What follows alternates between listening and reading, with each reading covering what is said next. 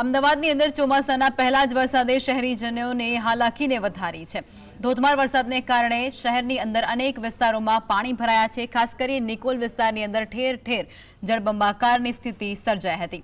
ત્યારે રાત્રે 9 વાગ્યાથી શરૂ થયેલા વરસાદે માત્ર 2 કલાકની અંદર 2 ઇંચથી પણ વધુ વરસાદ નોંધાવ્યો અને જેને કારણે નિકોલ, ઓઢવ, વિરાટનગર અને રામોલ જેવા પૂર્વ અમદાવાદના વિસ્તારોની અંદર ઘૂંટણસમા પાણી ભરાયા હતા અને જેનાથી વાહન ચાલકો અને રાહદારીઓને ભારે મુશ્કેલીનો સામનો કરવો પડ્યો।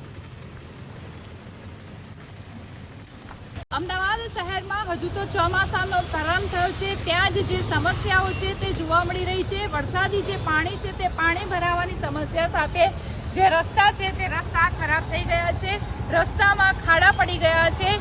તમે જે દ્રશ્યો જોઈ રહ્યા છો તે દ્રશ્યો નિકોલ વિસ્તારના છે। નિકોલ વિસ્તારમાં તમે જે દ્રશ્યો છે તે જોઈ રહ્યા છો, રસ્તો છે કે ખાડામાં રસ્તા છે તે જ સમજાતું નથી। જે વાહન ચાલકો છે તે વાહન ચાલકો મહા મુસીબતે જીવના જોખમે છે તે અહીંયાથી પસાર થઈ રહ્યા છે। જે અચાનક જ જે ભૂવા છે તે ભૂવા પડી જતા હોય છે તો સાથે સાથે ખાડા પણ પડી જતા હોય છે। થોડા દિવસ પહેલા જ જે એક થાર ગાડી છે તે થાર ગાડી અહીંયા ખાડામાં ખાબકી હતી। કહી શકાય કે તંત્ર દ્વારા કરોડો રૂપિયાનો ખર્ચ પ્રી મોન્સૂન કામગીરી પાછળ કરવામાં આવે છે, પરંતુ ત્યાંનો કોઈ જ હેતુ છે તે સરતો નથી અને દર વર્ષે ચોમાસામાં શહેરીજનોને હાલાકીનો સામનો કરવો પડે છે। ઝલક અત્યારું GS TV અમદાવાદ।